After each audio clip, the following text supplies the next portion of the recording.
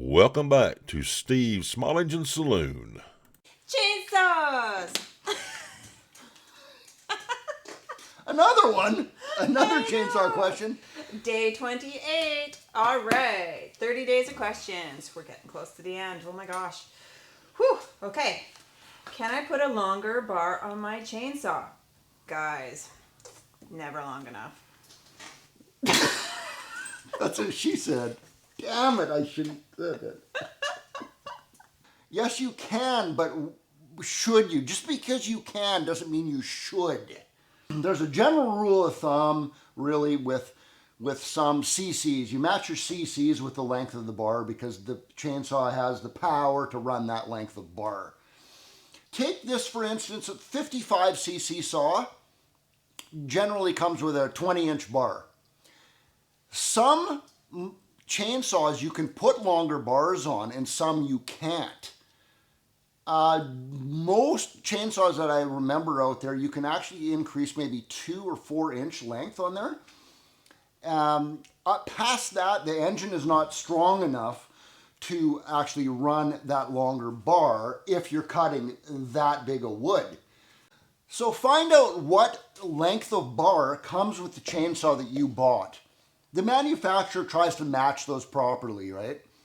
Now, in everything, there are also exceptions to the rule. I will give you an example right here. When I worked up in North Vancouver Island years ago, the Husqvarna 266 was the big chainsaw up there for, not the big chainsaw, but the most common chainsaw for tree pruners, tree spacers. They used to get the Husqvarna 266s. Husqvarna 266 is actually 66 cc's. It actually used to be sold with a 20-inch bar.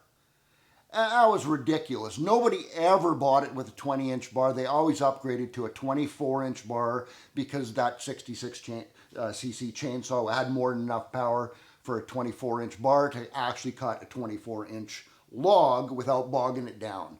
Okay, now some of those spacers and pruners up there, they were putting 32-inch bars. I don't even have one here to show you, but they're long chain bars. Not because they wanted to cut a 32-inch log in half. It's because part of their job was to cut little saplings, like little trees like this, big around. But they had to cut them at ground level. You see where I'm going with this? See, that's a 20-inch bar right there. I know you can't see the tip of this bar, but I'm standing up straight. That bar's not even close to the ground. Right now, you see how far I'm bent over? That bar is touching the ground now. They can't walk around with a Husqvarna 266 with a 20-inch or even a 24-inch bar without walking around all day hunched over and brushing those saplings out. So they would get the 32-inch bar because now it's long enough where they can stand up straight like that, and now that's right at ground level now. And there's other problems with that too. I saw a lot of 266s come in with the crankcases were cracked. They were actually broken right where the bar attaches to the saw itself. Because the bar was so long, there was so much leverage on that it was actually twisting on here and breaking crankcases. Some chainsaws you can, some you can't.